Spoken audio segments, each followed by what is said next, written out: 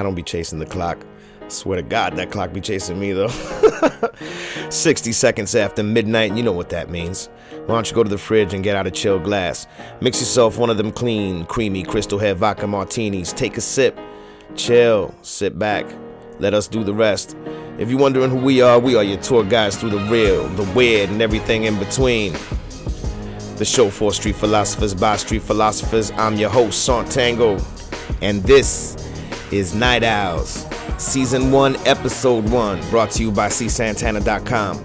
Videos, photographies, weddings, headshots, family events. You got a professional project, you need that personal touch, you got to see Santana. That's SEESANTANA.com. We're going to leave the link down below so you can reach out. Without further ado, we're at that point in the show where I got to ask, what the hell is going on in the world? All right, what is in the news? All right, well, look, I think that every country and every culture and certainly every era has their fads, right? The little popular fads and shit that they go through. And the only reason I'm bringing up this particular story is A, you know, I'm a fan of weird shit. And B, it actually reminded me of something that I saw when I was younger. I think this was like an Oprah show back in the like early 90s or the late 80s or something like that. And they had, you know those shows where they got like the really bad fucking kids, like the ones that they like smack their grandmother in the face and they're like 12 years old and they're out like gangbanging and shit, you know. And they did like this on this particular show, they did like a mock funeral, like this staged funeral, and they had like family members come over and they put the kid in the coffin and all that, and it seemed to have, for the most part, it seemed to have like a real, you know, cathartic experience. It was like a cathartic experience for these kids, right? And that's the reason, because this particular thing that's happening now kind of reminded me of that, and I was like, oh shit, now I'm gonna talk about this.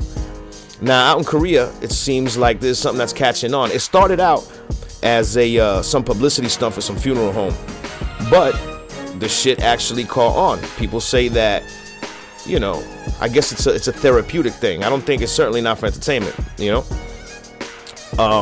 And people are really divided on this, as you can imagine, and shit. And look, hey, I see both sides of it, right? I understand both sides, even though I'm leaning more towards let them do this shit. But if someone came up to me and said, hey man, this is some morbid shit. Like, why the hell would you want to put yourself in a coffin? Unless you're fucking Count Dracula, you ain't got no business being in a coffin and shit.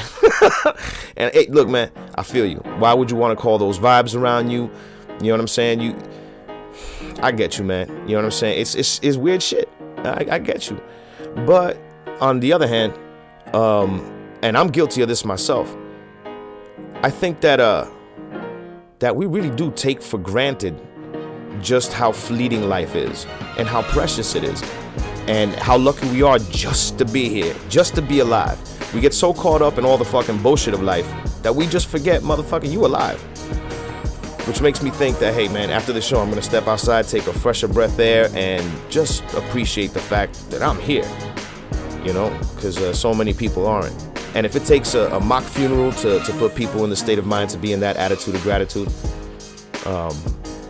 then, hey, more power to you, man. Do that shit. Fuck it. You know what I'm saying? And everybody else, you know, hey, you don't have to do that shit. You know, maybe you can get introspective all on your own. Speaking of which, just to describe the scene to you, it's exactly what you would think it is. You know what I'm saying? They put you in a coffin. Your friends and family come over. Your best friend does the eulogy and shit. That girl from sophomore year in high school that wouldn't give you the time of day is all crying and shit about how she should have gave you ass, and you know, and all that's going on, and you're in there laying in the coffin, all, you know, being introspective about your life and shit. So, you know, hey, look, I'll tell you what. Why don't you comment down below? You know what I'm saying? Let me know what you guys think of that whole situation.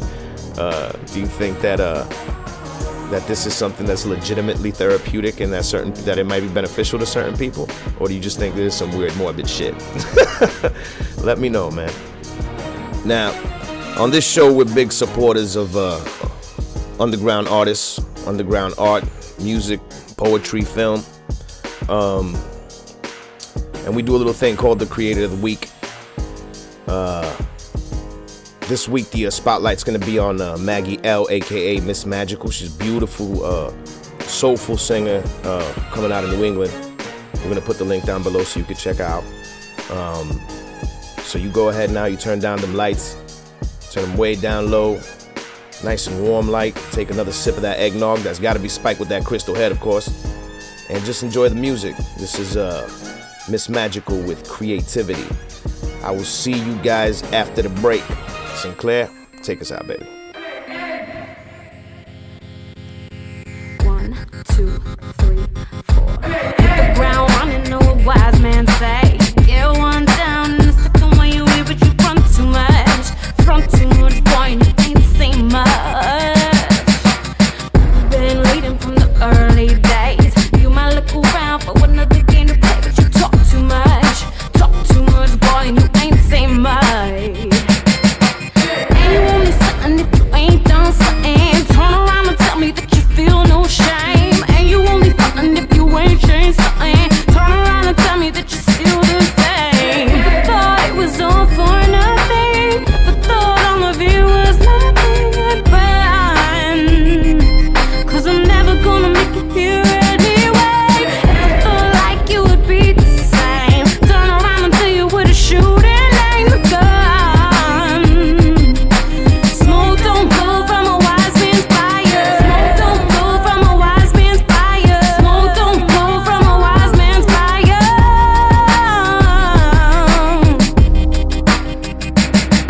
Now, I don't wanna tell you about a girl with dreams, but there's all that seems to be that's left of me these days, it seems. Stepping on my life like it's pulling from the seams. And suddenly I look up like I wonder who's to blame. And I know that my mom's an issue. Wanna go insane, don't stop, continue. Never had a meal without a deal or write a plan. But that's the chance I took when I put life in my hands. And this one for them haters that don't took the place of raiders. Do you think of little girls when you driving them Mercedes? And this one for them hating type that talking shit but living right. You think I ain't got cred like I chose this for my bed? Thought it was all for nothing. The thought on the view was nothing but fun.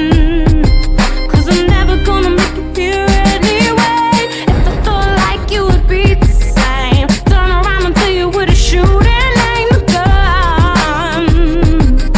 Smoke don't blow from a wise man's fire. Smoke don't blow from a wise man's fire. Smoke don't blow from a wise man's fire.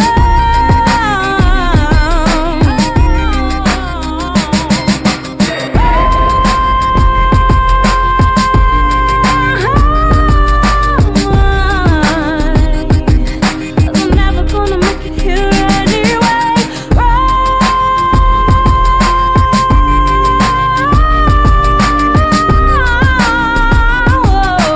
Smoke don't blow. Smoke don't blow. Smoke don't blow from a wise man's fire, fire, fire. Smoke don't blow from a wise man's fire. Smoke don't blow, shots don't blow.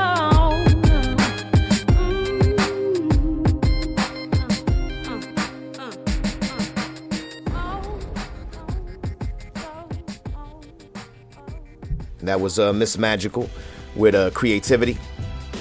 Girl got pipes. Next week we're gonna be featuring the music of Red Rebel from United Soul Alliance. Looking forward to that. As always, if you like what you heard, you know, we're gonna leave Miss Magical's link down there so you can check out more music. And you know, show your support. Now we're in that sweet spot between Christmas and New Year's, right? And you know me, I like weird shit. And always real and weird, nothing fugazi here and stuff. So, true story. We got this 11-year-old boy in Ohio. He wakes up in the middle of the night. Well, I'm not sure if it was the middle of the night, but I guess he's chilling up in his room, and you know, he gets disturbed by the TV blaring. So, you know, he comes out of his room. Now, mind you, it's the second week of November, okay? And they haven't put up any decorations. His mom's at work and shit. He's home alone. You know, it's that Macaulay Culkin shit, right? So, anyhow, he goes to check out to see what's going on. and he sees his entire house has been decked out with Christmas decorations and shit that weren't there, you know what I'm saying, just a couple hours ago. He goes downstairs, and what does he find? 44-year-old Terry Trent. Just some 44-year-old dude sitting down in the living room, lounging. He's got a candle lit in the middle of the coffee table, watching TV. Easy breezy, right? So the kid's like, who the fuck are you? Well, the guy gets up, says, hey, my apologies. I didn't mean to scare you. I will be collecting my things and I will go. And he just broke the fuck out. Now, of course, the kid's freaked out. He calls his mom. His mom's freaked out. She calls the cops. They catch the dude. Turns out the dude was on bath salts. Now, I don't know if that's still a thing, but you guys remember bath salts, right? Like that one dude in Florida who ate that other dude's face and all that wild shit. So, you know, one dude thought he was a zombie and the other dude thought he was Santa Claus or something. But you know what I'm saying? It brings up the whole thing about the war on drugs again. You know, and for those of you who know me, this is like one of the subjects I'm keen on getting into it about. Because here we got this thing, right? We got this bath salts thing or whatever, which, like I said, I don't even know if that's still a thing, but it does bring this up. We got this like synthetic drug that's perfectly legal. You know what I'm saying? Like whatever legal loopholes or whatever, but it's perfectly legal.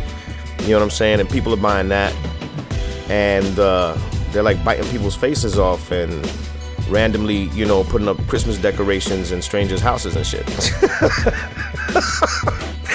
Oh shit! You know what? I shouldn't laugh because that's a scary situation. You know what I'm saying? To have your child at home, to have an 11-year-old at home, and you know, find a stranger in his living room and shit. But you know what? It could have been worse and shit. I just, you know, that's a whole different thing. That goes to human nature. Like what was the psychology behind this dude, you know, when he was tweaking? What was this motherfucker thinking? Like, I gotta go out and spread that Christmas spirit, man. I gotta do it. I gotta fucking do it. But that's a whole other thing. But that dude, you know, he bought that shit. It was a legal thing, and yet you have other things that are illegal, that, you know, done responsibly, doesn't cause, you know, half this fucking chaos and destruction and death and craziness and shit. You know, I mean, just like that synthetic weed that they got out there, that K9 or Spice or K12 or whatever the fuck it is. You know, like, people have died of that shit, right? Like, I've certainly seen a lot of reports of people having cardiac issues and popping up in the ER because of that shit. And they were selling that shit like if it was potpourri or incense or some shit, right? So that was perfectly legal. You know, that shit was fucking killing motherfuckers, you know. And yet, you know, there's a lot of places that you can still get arrested for smoking a joint. That's some crazy shit. You know what? This shit brings another story to mind, and I wasn't even planning on talking about this shit. You know what I'm saying? And I don't want this to be just the drug show where, you know, every episode I gotta talk about drugs and shit. But yeah, this shit just reminded me of a real crazy ass story about how illegal drugs saves lives, right? We got this dude, damn, and I forgot the dude's name, and I think I don't know if I saw this on Reddit or where I saw this shit, man. But anyway, this cat, man, he's going through it. You know, he's really going through it, and he feels like he's gonna check out. Fuck it. So, you know, he gets his money together. You know, he stacks his chips, goes out to Mexico, and he's like, you know what, I'm gonna buy a bunch of like barbiturates, you know, sedatives, and a bottle of tequila, and I'm just gonna fall asleep, and that's gonna be the end of it, you know. But while he's there, you know, he says to himself, you know what, if this is gonna be my last, you know, night, my last day on earth, my last night on earth, then I might as well fucking live it up. You know what I'm saying? So I'm gonna go and I'm gonna get fucking mad cocaine. I'm gonna get weed and liquor and hookers and a hotel room, and I'm just gonna fucking go in. And at the end of everything, you know, I'll fucking do, you know, I'll take care of business. So he does that. And at the end, I don't know if this was like $4,000 or $5,000 later, 2-3 days later, he emerges out of this like a phoenix out of the fucking ashes. And he had such a great time. He enjoyed himself so much doing all that fucking blow and smoking them blunts and getting busy with them hookers and shit. Now, look, I'm not saying that shit is cool. You understand what I'm saying? I just find humor in the irony of the situation. The guy goes to Mexico to kill himself, and at the end of this crazy binge, he wants to live. He's like, oh, no, I want to live.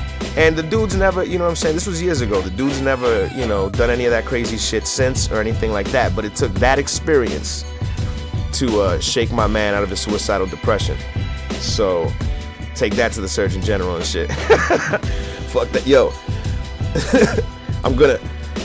let's make t-shirts. Yo, Sinclair, let's make t-shirts. We're gonna make t-shirts. Drugs save lives. Where I'll rock that shit.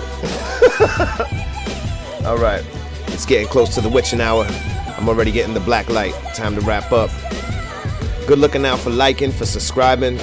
Please be safe. Keep it peace. Treat people how you want to be treated. You have a good night. We will be seeing you next week. Oh, Cash, get better.